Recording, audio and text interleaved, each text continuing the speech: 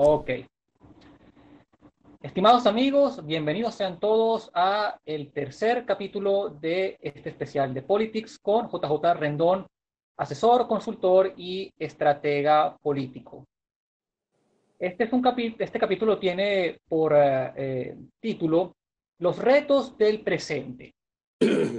Nuestro invitado no solamente asesora a campañas electorales, también asesora a gobiernos en el manejo de crisis. Y por eso podemos asumir que está bastante empapado de varios de los problemas políticos que aquejan al mundo actualmente. Problemas como por ejemplo el hecho de que la última ola de democratización de Huntington está en franca retirada. Eh, los regímenes autoritarios pareciera que ganan terreno a lo largo y ancho del mundo y las democracias del mundo no, pareciera que no supieran cómo reaccionar. Es un mundo en el cual hay varias crisis humanitarias y de refugiados y donde el tema del racismo vuelve a estar muy en boga. Es por eso que en esta sección vamos a poner la lupa sobre varios de los desafíos de la política contemporánea en el mundo entero. JJ, mi primera pregunta es, en un entorno de polarización creciente, ¿qué se puede hacer para promover la reconciliación? ¿Cómo podemos volver a escucharnos los unos a los otros? Un tema complicado, porque estamos atendiendo también a una especie de lucha entre la razón y la emoción. Uh -huh. Eh, y eso es una lucha que siempre es difícil. Sí. El- las personas que están más, digamos, en la defensa de las instituciones, de la democracia, como la entendemos en el sentido occidental, etcétera, no son tan beligerantes como la gente que la ataca. Entonces, quizás un primer esfuerzo tendría que ser desde los gobiernos. Así, fíjate qué interesante. Los gobiernos de izquierda radicales que encubren estados totalitarios o neototalitarios como el de Venezuela, que lo puedes clasificar de mil maneras, ¿no? Uh -huh. Ellos tienen su club y defienden sus cosas. Los países musulmanes, digamos, tienen una doctrina en común, que uno diría, bueno, ¿y por qué nombras a los musulmanes en un contexto político? Bueno, porque la única doctrina con agenda política que viene de un libro religioso es el Islam. Uh -huh. El cristianismo, que no tiene doctrina política propia, digamos, de hegemónica, el Islam sí pretende imponer el ruling, digamos, el comando absoluto del Sharia law y de los preceptos. Dice que el legislador, el que dice que se hace, que es correcto y que no, es Alá. Entonces, esos grupos están unificados y trabajan juntos y el otro grupo no. Este grupo tiene como tarea destruir básicamente el sistema de vida occidental. Por eso hay grupos como el LGTB y la izquierda y grupos totalitarios con los musulmanes que tú dices, bueno, ¿cómo es posible que estén de acuerdo? Y la única razón por la que están de acuerdo es porque tienen un enemigo común, que es el sistema de vida occidental, el capitalismo, la democracia, el libre mercado, todo eso. Este grupo, digamos, al final creen que alguno de ellos va a prevalecer o que van a poder convivir. Bueno, ese es el sueño de ellos. Y que mientras tanto estamos unificados y por eso tú tienes en el objetivo de destruir el sistema de vida occidental, que quien más lo representa en los Estados Unidos. El otro grupo no está en esa. Y siempre que no hay puente entre un grupo y el otro, la tendencia es a que la polarización crezca, no a lo que tú preguntas, que es cómo hacemos para unificarnos o para poder conversar. Para poder conversar tendríamos que ponernos de acuerdo en cosas que son muy difíciles hoy. Por ejemplo, en la polarización de los medios de comunicación. Se dañó la definición originaria de los guardianes de la verdad. A mí me da la impresión de que ese paradigma ya se pasó. Uh -huh. Pero bueno, ¿En qué momento todos los editores se sientan y dicen, se nos fue la mano, volvamos a ser proveedores de información, digamos, veraz, objetiva, balanceada, démosle oportunidad a las partes? Después de tanta polarización, donde los medios serios se han dado el lujo de decir grandes mentiras, y cuando se descubre que es mentira, no, ni piden disculpas, ni aclaran, ni nada. En ese espacio solamente, ¿cómo tú reconcilias esa sensación que la izquierda ha tratado de hacer ver, que todos los que tienen dinero, éxito, o les ha ido bien, son gente mala, y que su dinero es mal habido, y que todo es como que le robaron a los pobres? Y vuelves al paradigma anterior, que era cualquier persona que estudie, trabaje, no se meta en problemas, no consuma droga, no cometa crímenes, se case, porque la verdad es que es más exitoso hacer y tener hijos en pareja que tenerlos solo, etcétera. Le va a ir bien y va a llegar a ser clase media, eventualmente clase alta, y la permeabilidad social le permitirá que, si tiene buenas ideas y la gente le gusta tus ideas o tus productos, te los compren y eso te haga ser millonario. Entonces, esas ideas, en lo económico, en lo mediático, en lo social, es una lucha que yo no creo que se va a resolver pronto. Yo creo que vamos a una mayor radicalización. Y no tengo la respuesta. Mi respuesta sería, la forma es tratar de llegarle al otro lado. Y el otro lado piensa lo mismo. Entonces el lado irracional, involutivo, salvaje, quiere llegarle a este lado y decirle, mira, lo que tú piensas, lo que tú crees, es una porquería, destrúyelo. Dejamos que se imponga esto otro. O te lo imponemos a la fuerza. Caso de los autoritarismos o del Sharia law. Y en el caso contrario, tú estás equivocado, tus visiones no tienen ni pie ni cabeza, tú estás basado en todas las emociones, entonces no hay vasos comunicantes entre un grupo y el otro. Y al final prevalecerá el que logre convencer, aunque sea un segmento del otro. Es muy importante. A romper ese 50-50. ¿Cuál crees que es el antídoto para aquello que Giovanni Sartori, célebre politólogo italiano, llamó la política del espectáculo, y que hoy pareciera que está más vivo que nunca? Claro, lo que pasa es que Sartori en particular, y los intelectuales italianos, y muchos intelectuales que se refieren a la política, siempre renegaron de la parte escénica de la política. Y le parece que la política es solo 20 propuestas, políticas públicas racionales, numéricas, estadísticas, explicadas. Y la realidad es que si hicieras solo eso, nadie te entendería. Entonces, si el mundo tiende, fíjate lo que pasó en el caso, por ejemplo, de la iglesia católica con respecto a la iglesia evangélica. Hasta hace muy poco, o cristiana, se daba la misa en latín. Bueno, ¿y cómo querían que la gente no se vaya? Si el latín prácticamente se volvió una lengua muerta, casi como el esperanto. Entonces, tuvieron que hacerla en español. Los pastores se casan, los católicos todavía no. Entonces, todos esos comportamientos, digamos, que no se adaptan a los nuevos tiempos.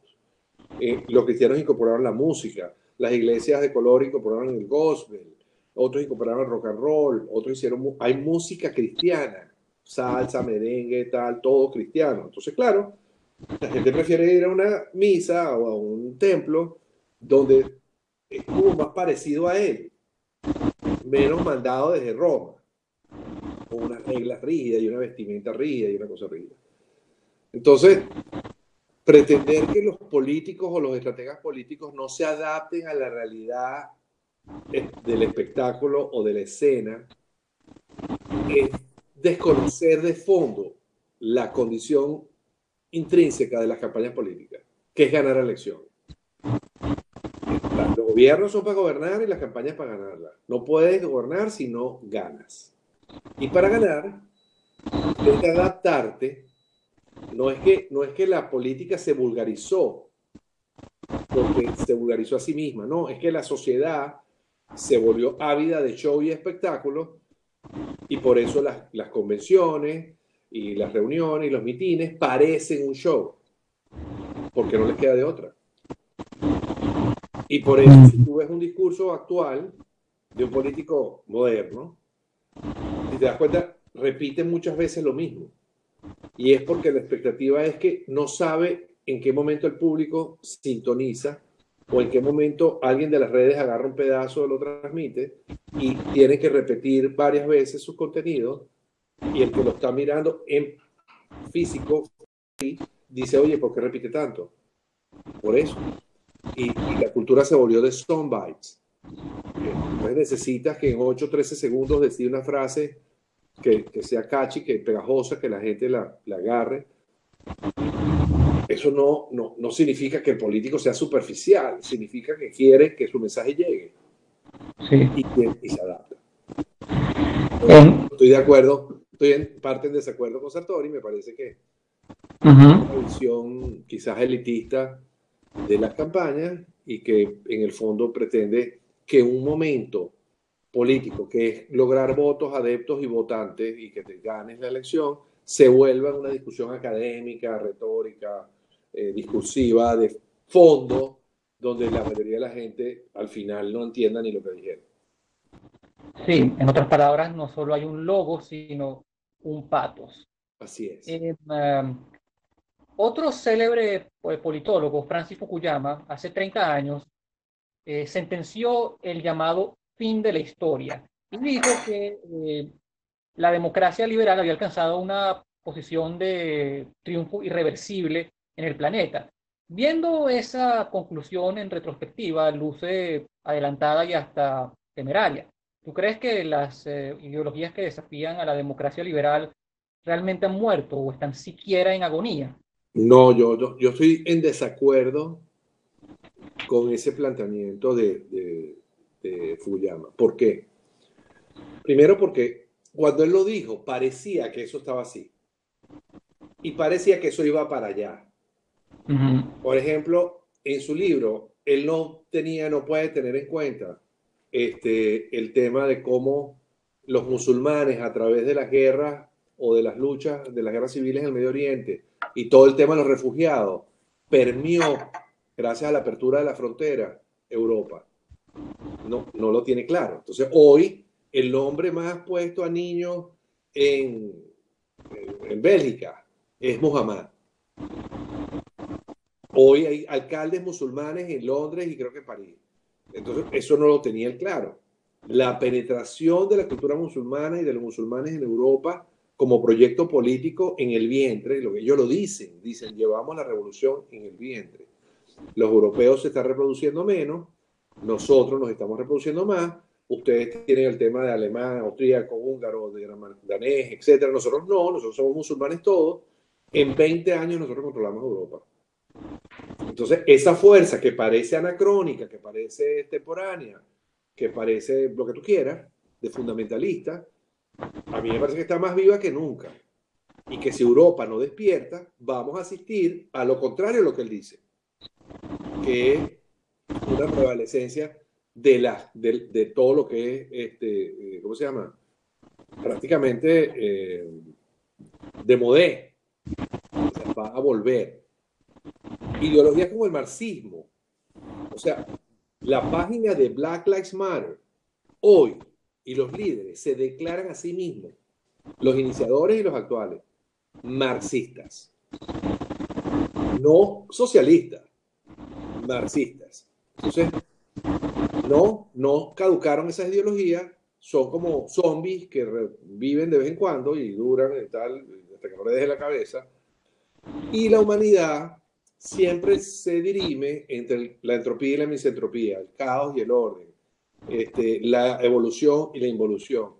Y lamentablemente, Alejandro, yo creo que estamos en un proceso de involución. Yo no creo que la democracia como ya llegó a su nivel de perfección y tal, y no hay nada mejor por ahora. No, creo que llegó, no la vendieron, la gente no la aprecia, no la valora, le molesta, no la entiende y está dispuesta a irse por cualquier salida, ¿cómo se llama esta? Y loca o irracional. Estados Unidos no ha tenido un presidente tan polémico como Donald Trump en muchísimo tiempo.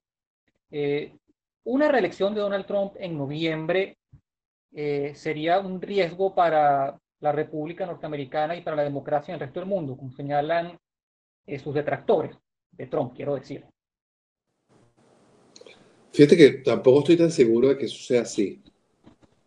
Yo creo que si tú analizas, por ejemplo, la presidencia de Ronald Reagan y los orígenes de él como actor y tal, y todo lo que se le criticaba y que se decía que no era capaz, por donde venía, y las políticas que implantó y todo lo que los ataques que recibió, o analizas, por ejemplo, la forma como Kennedy llevaba su vida pública con Jackie y toda esa parafernalia y todo lo que eso fue criticado tanto que las políticas que lo mataron. ¿Entiendes? Y no se sabe todavía claramente quién o cómo y tal. De hecho, en la película,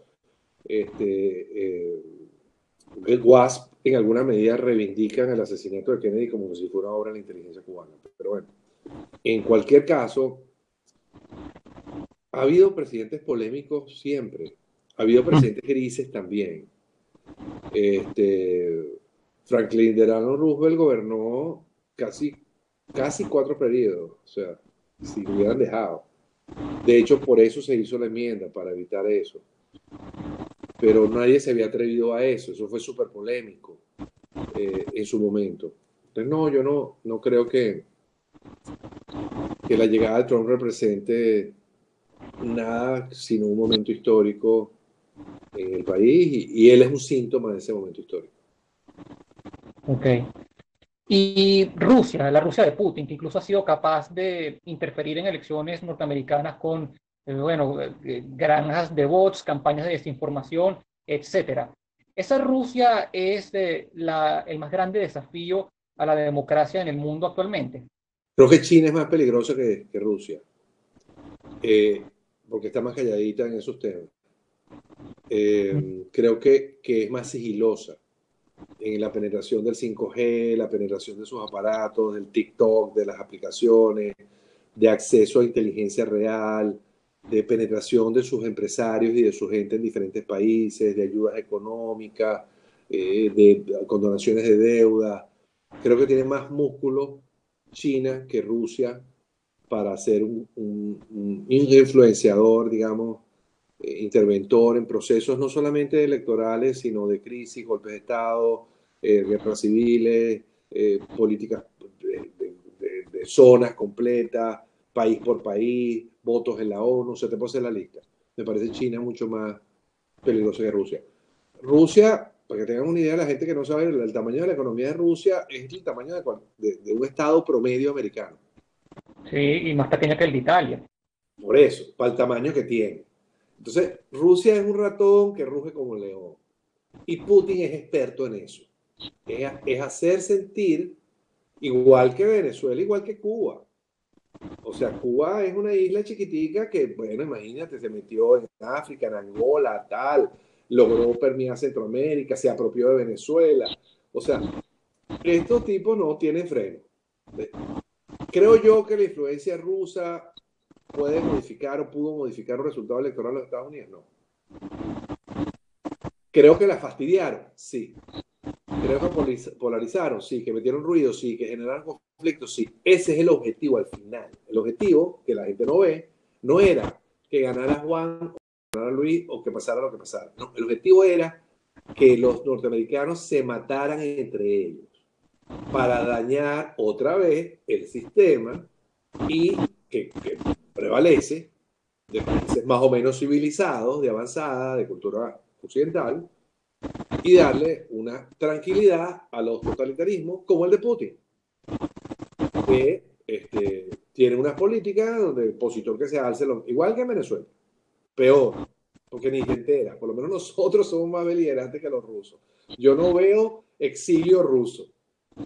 Nosotros somos un exilio, yo te diría que de los exilios que ha habido en el planeta, exceptuando el exilio hebreo, judío, nosotros somos el exilio más activo que yo recuerdo, del último siglo.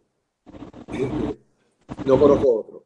Y los rusos no lo sientes. Los rusos están en el extranjero, escapan del régimen de Putin y se quedan calladitos.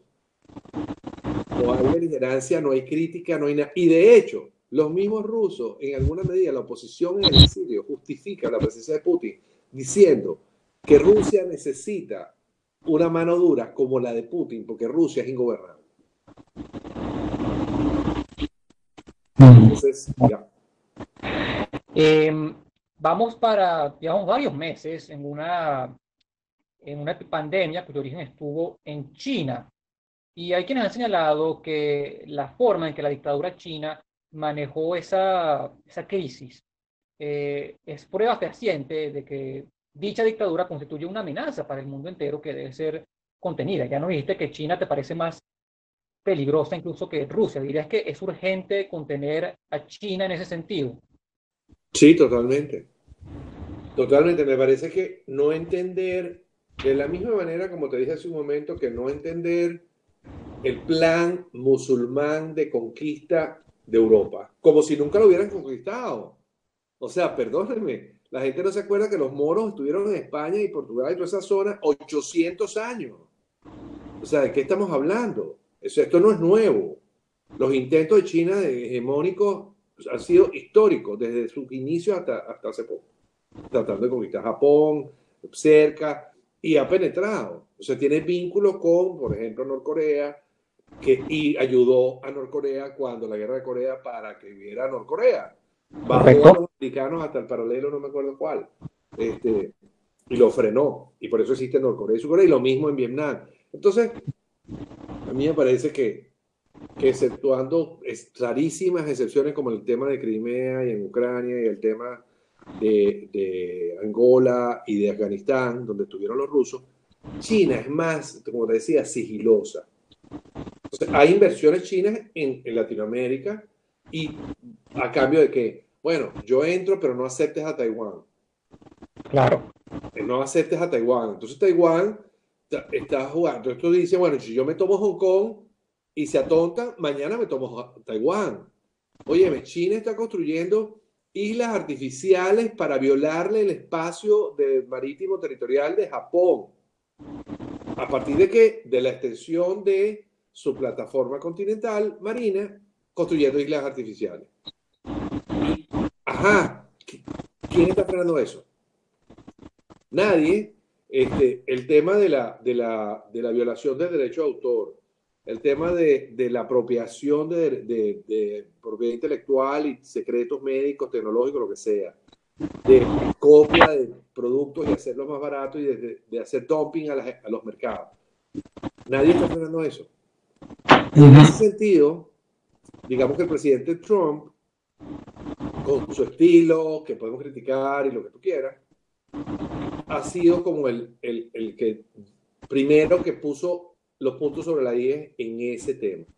A mí me hubiera gustado que hace mucho tiempo Obama o alguien hubiera hecho lo mismo, porque la verdad es que la política en general de China es de penetración, compra de voluntades, expansionista, destructora del sistema en el cual vivimos y de irrespeto a las reglas de juego y a la legalidad histórica. Ya que concepto. Y mientras hace eso, adentro viola derechos humanos, reeduca a la gente, los desaparece, no se sabe ni dónde están. Y los chinos, otra vez, tienen el mismo comportamiento en su disidencia en el exilio. ¿Tú has visto un chino protestando? Aquí. No. Pocas veces, ¿Tú muy conoces pocas veces en la cuáles universidad, pero chinos muy poco. yendo a los medios norteamericanos o a los medios del mundo denunciando lo que está pasando adentro? ¿Tú has visto filtraciones de videos de las cárceles chinas? No. Estos tipos tienen... Y Venezuela coge datos de ahí también.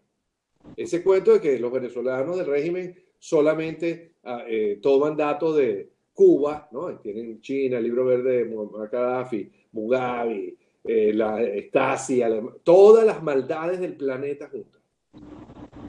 Entonces sí, China es más peligroso. Ya que conversamos sobre Asia, hablemos de las protestas en Hong Kong. Los manifestantes se están enfrentando a uno de los regímenes autoritarios más poderosos del mundo y han logrado que los ojos del mundo se posen sobre ellos. ¿Tú crees que esos manifestantes son un modelo a seguir para ciudadanos en otros contextos autoritarios? No, yo creo que lamentablemente para ellos llegaron tarde a la película. O sea, lo que ellos van a hacer es lo que hicimos nosotros cuando estábamos en la moda en Venezuela, que todavía hay gente que defiende de la protesta pacífica, de la lucha no violenta y de Gene Sharp y todo ese tema, ¿no? Y ellos están siguiendo ese manual que nosotros ya seguimos y que aplica cuando hay un dejo de moral, de valores o de principios cuasi democráticos. Cuando el otro grupo lo único que quiere es expandir el poder y aguantar en el tiempo, todas esas técnicas lo que le sirven es a la agenda de ellos. Entonces yo no creo, yo creo que es y lo estoy estudiando porque tengo comunicación con partidos y grupos de activistas serios de Hong Kong. Es muy difícil explicarles a ellos que lo que les está pasando no es nuevo, que es parte de la aplicación de unas técnicas que ya otros países han sufrido y que si cometen los mismos errores van a tener los mismos resultados. Yo no auguro, lamentable y tristemente, un futuro muy promisorio para la oposición china. Además, en China ha sido más rápido que en Venezuela y en otros lados, porque además la sensación sobrecogedora del poder chino es tan grande que estos tipos sustituyeron a la policía y pusieron militares chinos y se acabó así. Y hoy en las aduanas las controlan los chinos, los aeropuertos, o sea, China continental controla Hong Kong. Entonces todo el Sí, mundo está asustado, todo el mundo tiene miedo de decir, porque y tienen la tecnología para detectar con algoritmos quién dijo qué, y entonces van y buscan a la gente de su casa. Esto de WhatsApp que vemos en Venezuela, eso es reciente. O sea, esto no es muy viejo que capturen gente por WhatsApp. Eso es chino. sí, y en efecto, a Hong Kong han sido retirados varios de los privilegios de los que gozaba desde que el Reino Unido devolvió la isla a China en 1997. Y además la dictadura china acaba de imponer una ley de seguridad que aumenta su margen de maniobra en Hong Kong. ¿Crees que eso es señal de que el mundo libre abandonó a los manifestantes? En gran medida sí, y ¿sabes por qué? Porque el tema famoso de la libre determinación de los pueblos Ujú. nos llevó a que los grupos autoritarios, no viendo ese vacío jurídico, dice, bueno, que ajá, la libre determinación es un valor, digamos, filosófico, etéreo. Ay, ¿qué pasa si yo me tomo Crimea? ¿Y qué pasa si yo me tomo Hong Kong? No, no pasa nada. Entonces me la tomo. Porque como no tienen ni moral, ni ética, ni valores, ni principios democráticos, sino lo que quieren es expandirse y sostenerse, no les importa. Entonces, el sistema internacional, al menos que haya un caso como el de Bosnia y Herzegovina, como un caso de la Segunda Guerra Mundial, donde es algo tan súper grave, es de reacción lenta. Y los malos lo saben. Entonces, al menos que te metas con unos intereses muy puntuales, como el caso de las Malvinas, donde hubo una Claro. reacción muy rápida, pero exceptuando casos de ese tipo, donde la invasión, digamos, o el control se da de un país pequeño hacia un país poderoso, como el caso de Inglaterra, o que te metas con la OTAN, o que el régimen venezolano cometa algún crimen en los Estados Unidos grave, la Sí. tendencia es, bueno, yo soy de aquí, tú eres de allá, y lo malo es que no estamos todavía listos para entender que gran parte, no de los globalistas, de la globalización y del entendimiento de los valores universales, los derechos humanos, no son de los americanos, de los canadienses o de los ingleses, son de los venezolanos, de los chinos y de los rusos. Y que cuando el mundo, con esta cosa de la no intervención, deja que alguien violente los derechos humanos al extremo, eso es lo que invita a la impunidad. Sí. En la presentación de este capítulo yo mencioné a otro politólogo de renombre, Samuel Huntington. ¿Tú crees que estamos viviendo lo que Huntington llamó un choque de civilizaciones? Bueno, Huntington, digamos que te refieres a cuál de los libros. Bueno, que se llama precisamente choque de civilizaciones, Clash of Civilizations. Y que habla al final de que esto colapsó.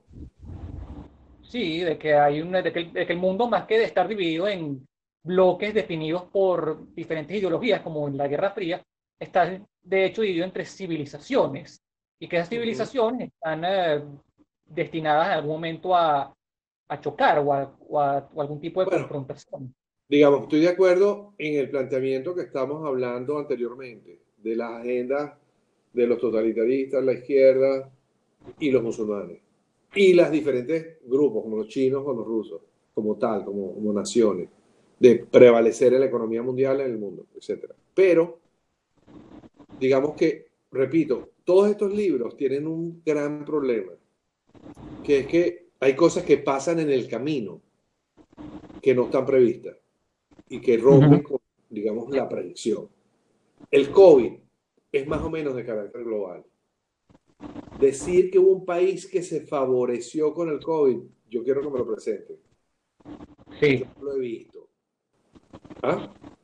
Sí, estoy de acuerdo con esa... Exacto, entonces, digamos, en un momento de alta polarización o de lucha por lo que tú quieras, aparece una cosa que nos afecta a todos y que trasciende fronteras, y que genera un reacomodo.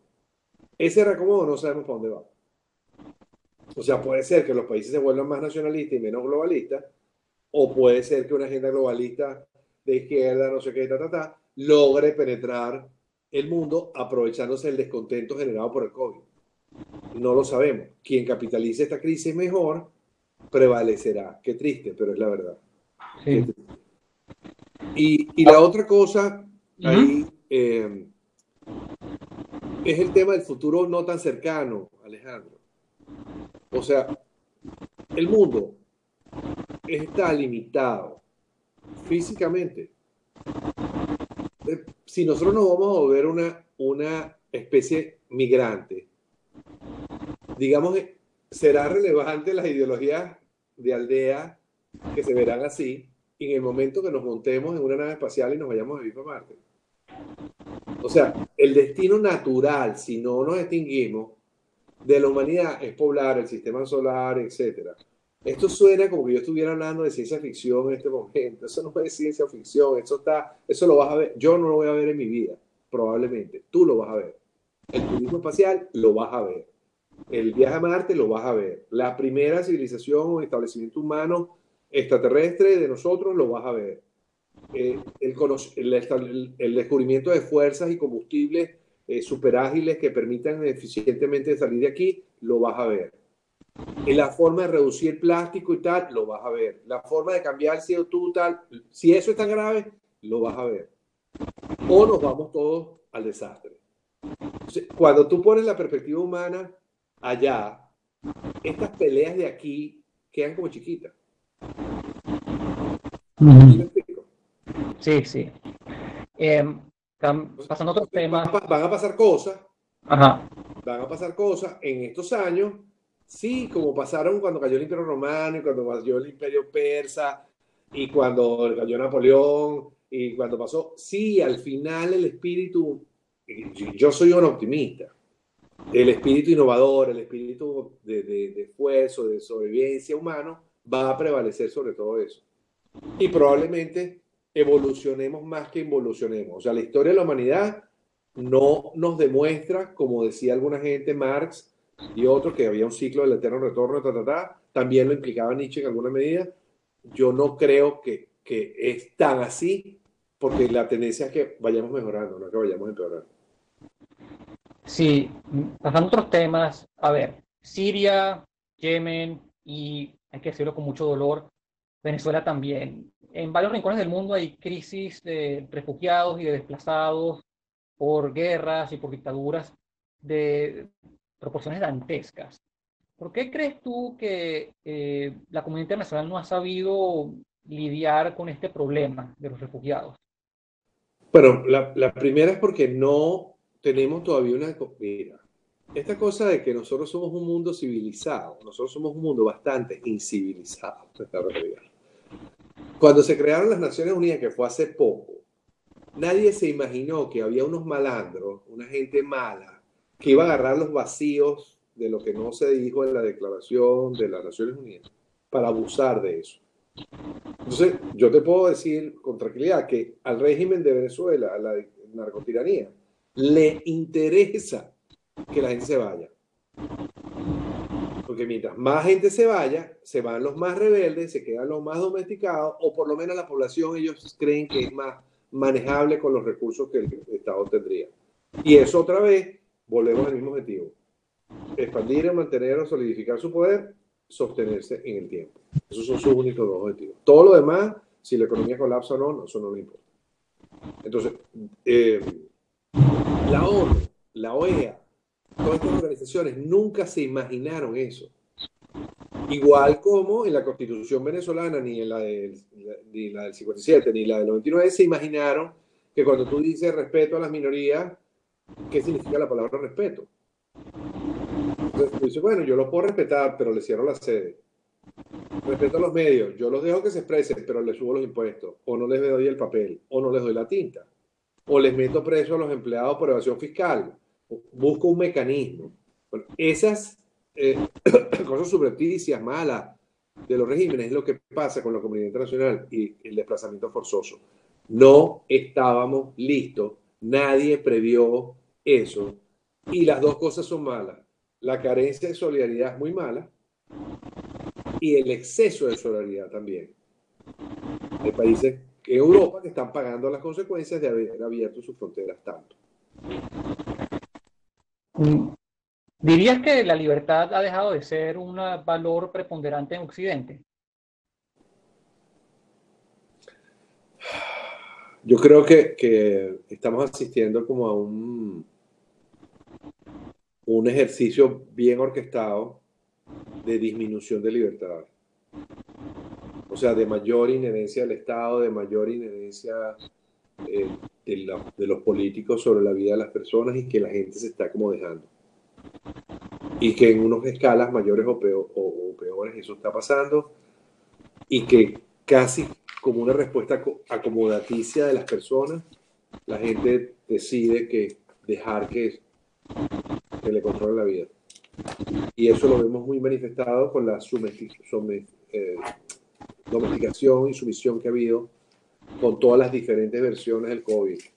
En otra época, la gente se hubiera alzado hace rato. Y la gente se ha tragado su sapo de máscara sí, máscara no, abre, cierra, vuelve a abrir, esto sí, que si son niños, que si son adultos. O sea, si alguien quedó como un trapo, es la comunidad científica epidemiológica del planeta. No han logrado todavía hoy ponerse de acuerdo, ni siquiera se comunican bien, ni siquiera comunican bien qué es lo que sirve, qué es lo que no. O sea, un trabajo de un epidemiólogo, aparte de conocer su cosa, tendría que ser entender o buscar quien entendiera cómo comunicar y dar tranquilidad a la gente. Y si hubo un virus más grande que el COVID en este periodo, fue el virus del terror, el virus del miedo, el virus del desconocimiento, la ignorancia y la desinformación. Vimos el reciente asesinato del ciudadano George Floyd que produjo consecuencias en todo el mundo, protestas contra el racismo en todo el mundo. ¿Tú crees que el racismo seguirá siendo un tema que marque agenda política o será algo más bien pasajero? ¿En los Estados Unidos te refieres? Y en el resto del mundo en general. Mira, yo creo que el racismo es detestable como práctica, como filosofía y como actuar, perdón, y como la parte jurídica y de cualquier democracia.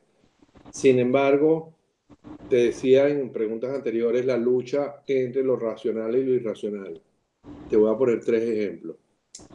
Black Lives Matter, nadie revisó la página web de ellos. Ellos, su primer enunciado, su primer objetivo es la disolución de la estructura de la familia nuclear. Podemos estar a favor o en contra de eso, pero estamos claros que la mayoría, la estructura nuclear básica de la sociedad es la familia. Podemos hablar de familias alternativas, me explico, de matrimonios no convencionales, de parejas del mismo sexo, con el que yo creo que la calidad de tener hijos o no tener hijos, adoptar hijos o no tenerlos, debería estar más ligada a la calidad de las personas y no a qué hacen en su vida privada o en la cama, me explico, en el sentido más libertario de la no intervención del Estado en asuntos privados. Sin embargo, Floyd era un delincuente. No tengo ninguna duda que la manera como el policía lo mató, no hay es incorrecta, es mala y el señor tiene que ir preso. Segundo, no hay ningún indicador en la historial de ese policía de que él hizo eso porque esta persona era de color o porque era racista. Nunca. No tiene ni tatuajes, ni símbolos, ni pertenece a ninguna asociación racista. se interpretaría más como una mala práctica de uso excesivo de la fuerza policial que llevó por, digamos, exceso de esta persona al otro que se muriera. Entonces, ese asesinato, que así es, no tiene nada de racista. Tiene más de mala práctica entre un policía que, como digo yo en chiste, happens to be white, por un criminal that happens to be black. Porque cuando tú analizas la cifra de abuso policial en los Estados Unidos, no es verdad que hay una preeminencia sobre actores o personas de color. Tampoco es verdad que hay un racismo sistémico en la sociedad norteamericana. No es cierto. Acaban de tener un presidente de color. ¿De qué hablan? Todas las ligas de deporte, los actores de Hollywood, o sea, tienen todos los espacios para que no puedan decir eso. Por supuesto que hay personas racistas, no instituciones o leyes racistas. Y esas personas, donde por cierto no incluyo a ese policía, porque su comportamiento fue excesivo, fue delincuencial, criminal, lo que tú quieras, pero no hay ningún indicador que lo hizo por el tema de la raza.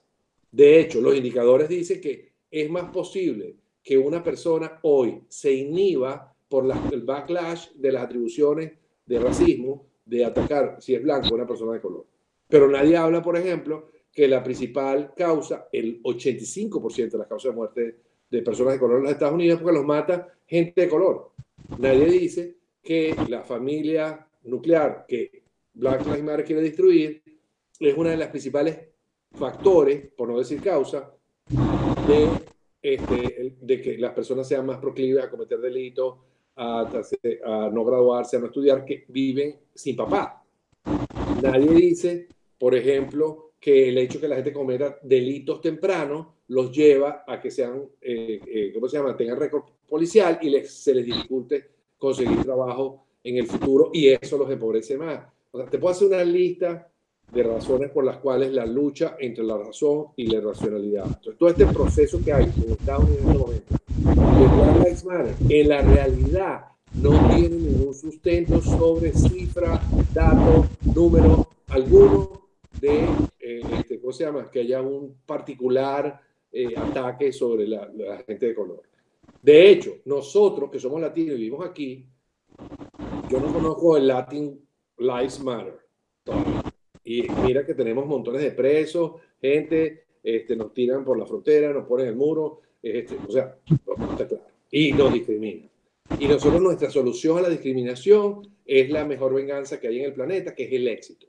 Los latinos trabajamos duro, trabajamos mejor, tratamos de hacer nuestras cosas, adaptarnos al sistema, nos asimilamos, amamos este país, le agradecemos las oportunidades que nos da y punto. Y cuando nos volvemos americanos, los que se vuelven americanos veneran la bandera, la saludan, cantan el himno y se asimilan. La mayoría. Por eso, si tú ves, hoy hay más de 40 millones de personas que son de segunda o tercera generación latina. Nosotros somos prácticamente la primera minoría. No nos consideramos así porque cuando nos hacen el censo y le preguntan a una persona que se llama Ted Cruz si él es latino, él pone que no, que él es white, Caucasian, American. No, papi, Cruz, esa vaina es de otro lado. Sí. Nosotros vamos dejando nuestra cultura y asimilando, nos mantenemos la comida, el folclore, la música, a veces el español. Hay gente latina que ni siquiera, si tú vas a San Diego y tratas de hablar en español, la gente dice, I don't speak Spanish. Punto. Esto no. Si nosotros nos pusiéramos con el tema de las reparaciones, Alejandro, ¿hasta dónde la vamos a llevar?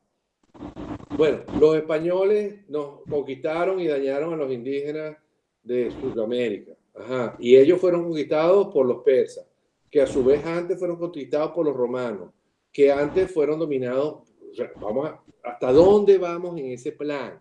Entonces, creo que no estoy seguro del autor en este momento, pero hay autores que refieren que las sociedades exitosas son aquellas sociedades que miran hacia el presente y hacia el futuro y no hacia el pasado.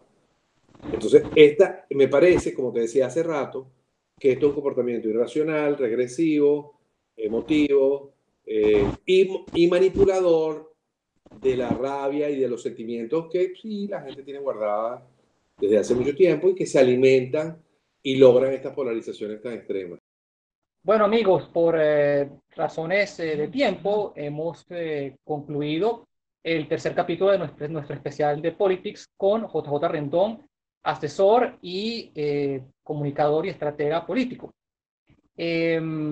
Los dos capítulos anteriores los pueden conseguir en este canal de YouTube y los siguientes, los tres restantes, serán subidos al canal en las próximas semanas cada jueves.